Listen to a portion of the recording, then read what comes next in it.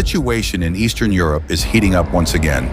Tensions between the Western Bloc and Russia have reached a critical point after the United States, together with its NATO allies, officially began deploying heavy military equipment into Ukraine. This move comes in response to the intensifying military escalation along the front lines, particularly in eastern and southern Ukraine, which remain fierce battlegrounds. Before we discuss further, don't forget to subscribe to our channel so you don't miss the latest information. Large convoys consisting of M1A2 Abrams main battle tanks, Bradley infantry fighting vehicles, M777 Howitzer artillery systems, and long-range HIMARS rocket launchers have been spotted crossing from Poland into Ukraine. Additionally, dozens of German-made Leopard 2 tanks have joined the shipment. The deployment is being coordinated through land, air, and rail routes to ensure military supplies arrive on time in operational zones.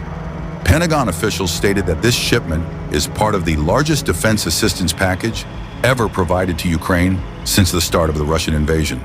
This latest aid is estimated to be worth billions of dollars, focusing on boosting Ukraine's combat capabilities to face an anticipated large-scale offensive expected in the coming autumn. NATO is not only sending military hardware, but also personnel for training and technical support. However, the US-NATO move has drawn strong reactions from Moscow. The Russian Ministry of Defense issued a statement saying it considers the delivery of heavy military equipment to Ukraine as a direct act of aggression that could trigger a wider military confrontation.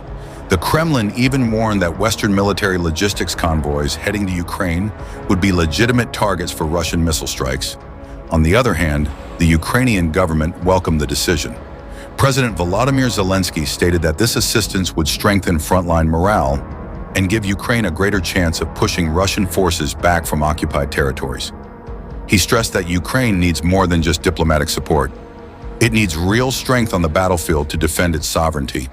International military analysts warn that deploying heavy military equipment could accelerate the escalation of the conflict, but it also has the potential to shift the balance of power on the battlefield. With full US-NATO support, Ukraine is expected to have greater capacity to withstand attacks and carry out strategic counteroffensives. Tensions are now at a dangerous peak.